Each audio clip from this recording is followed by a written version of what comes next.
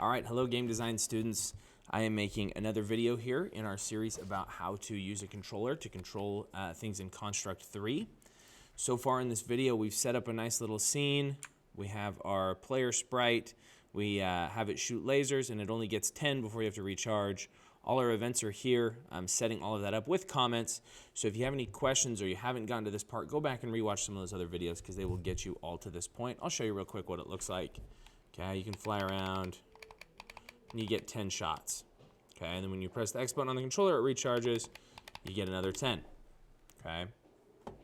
Now, some changes we want to make to this game to make it just a little bit more playable. First of all, we want to go to the layout and zoom out. We actually want to lock up this HUD layer, and we want to unlock our background layer because we want to make this whole thing a little bit bigger. First things first, click on Layout here in the Project panel. And if we go over to the Properties panel, we're actually going to change the size of our layout. Right now, it's just a little bit limited. Our viewport size is 1920 by 1080. That's just standard, not even standard definition, that's high definition. But our entire viewport is about 4 times the size of that. We want to actually make it even bigger. So we're going to double the height and the width, which is going to make it 4 times as big as it is now.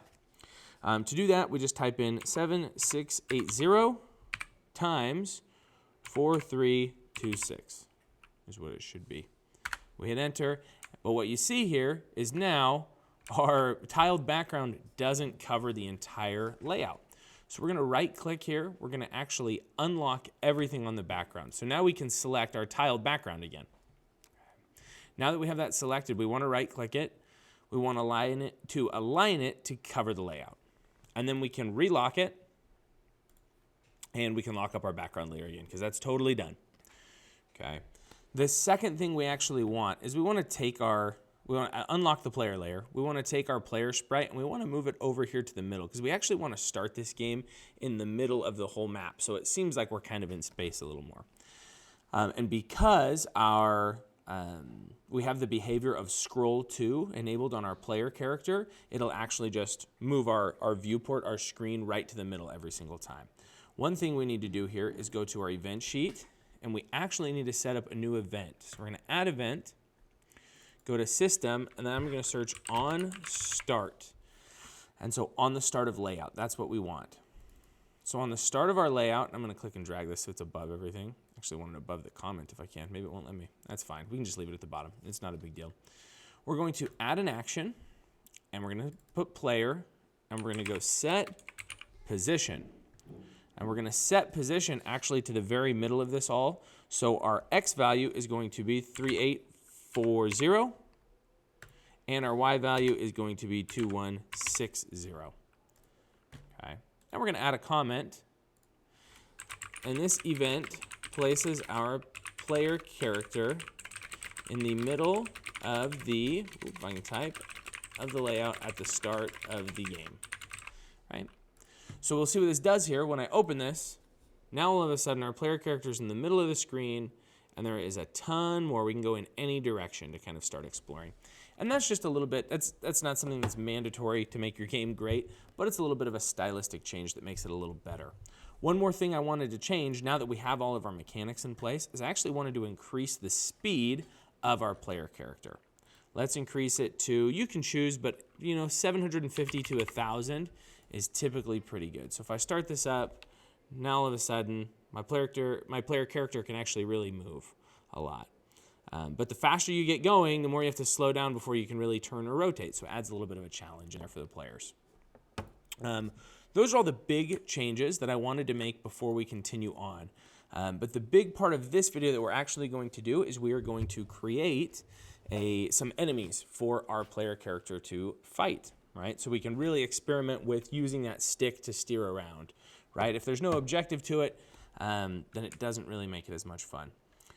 Now you'll notice here in my window, I actually went back before I started making this and watched one of my own videos where we used the turret behavior to create turrets. And that's just a little series of short videos showing you how to use the turret behavior. But I'll give you an abbreviated version of that here in this section. So what I'm going to do here is I'm actually going to double click. You want to get a new sprite, and you can just place it anywhere. It doesn't really matter. The size, we want to change it to 50 by 50. Okay, so 50 width, 50 height. Make it a little bit smaller. I'm going to make this sprite red. I'm just going to dunk this here. And that's all I need to do. Easy money. Okay. Exit that out right here. And I want to name this sprite Turret Sprite. Okay. So always name your sprites. You never want them sprite 1, sprite 2, sprite 3, something descriptive. Okay. And we need to put some behaviors on this. Behavior number 1. Okay. We're going to put solid. So that means anything else that's solid will collide with it and they won't be able to pass through each other. Specifically in this case, our player character. We can't just pass through these turrets. Add another new behavior. It is going to be the turret movement right here. Okay. Now what this turret movement does is if we come over here to the properties panel, it actually has a range. It has a rate of fire. It'll rotate. It has a rotation speed. It has a targeting mode. So what we're going to do first is actually increase this range to about 750 and change this fire rate to 0.75. And this will make sense here in a little bit once you kind of see what happens. But as I start this up, you'll notice, we'll give it a second. Okay, nothing's happening. My solid behavior should work. Yep, I hit it. Nothing happens. But you'll notice there's really nothing happening here with the turret. And I can shoot at it, reload. Nothing happens, okay? So now we have to go in here and we actually have to set up some events. The first event we're gonna set up, okay, actually we don't even need a new, well, we might as well. Let's go to system and we're gonna go on every tick. And I know we have an every tick event right here, but just to keep it more organized, we're just gonna start a new one. And we're gonna add an action and we're gonna go to turret sprite. And we are going to search for acquire, okay? So right here, every tick, it's going to acquire a target, and that target we want it to acquire is our player, right here. Okay, done. We're going to add a comment. This event makes our turret sprite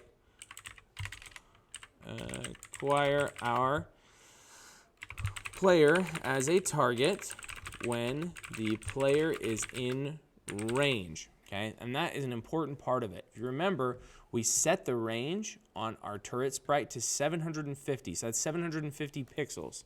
So when our player character, which it spawns in, is at 750 pixels, okay, our turret will actually track its movement. And what's happening right now, and if you want to go a little more in depth on this, it's actually trying to shoot at my player character, but we don't actually have a projectile assigned yet. So that's what we're going to do right now. We're actually going to go to our layout here. We can zoom out a little ways, actually zoom up here to the top so we just have about half of it out of bounds. And we want to click on our original laser here. Now, we don't want to make our turret shoot lasers. We actually need to differentiate between the lasers our player shoots and then our turret shoots. Otherwise, we'll have some collision issues. So right click here and we're going to clone our laser, and it's called laser 2. We're going to make some changes to that. Double click it, change the color. You don't have to change the color, but I'm going to make it visually a little bit different. And then I'm going to rename it to turret laser. Then I want to take this turret laser, I actually want to click and drag and make an instance of it outside of our layout. Because if you remember, it has all the same behaviors as our original laser, meaning it has bullet movement and it'll also be destroyed outside the layout.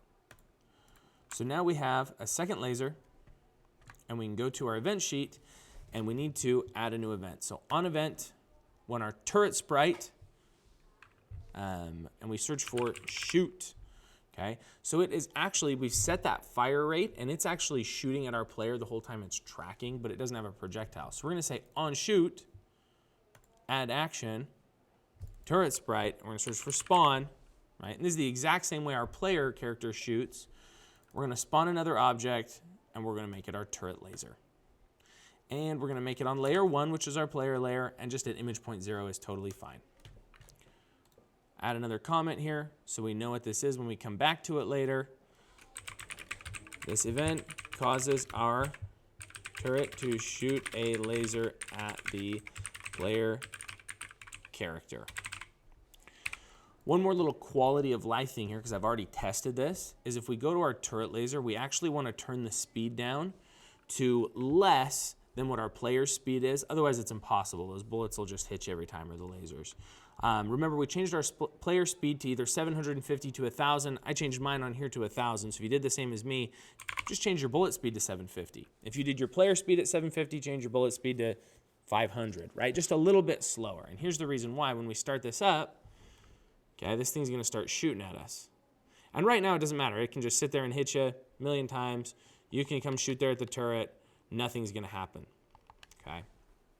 But you can see I can roam around, and this thing's going to shoot at me, and it's going to track me as long as I'm within range, okay? And I should pretty much always be in range anytime I'm on the screen if I've set my range values correctly. Now, one last thing we want to do here is we actually want to add an event, and we want to say, take our player laser, and we want to say on collision with another object, and that object is our turret, okay? We want to destroy the turret. So we're going to take our turret sprite, and we're going to destroy it, okay? Pretty simple. I'm going to add a comment here.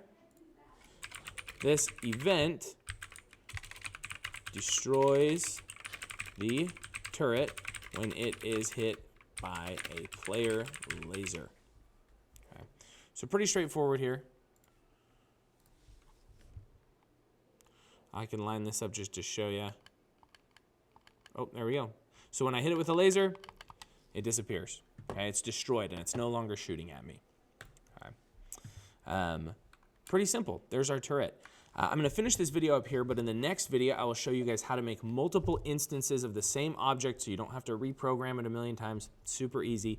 And then we're going to set up a health bar for our player sprite. I hope this video has been helpful, and I will see you guys in the next one. Bye.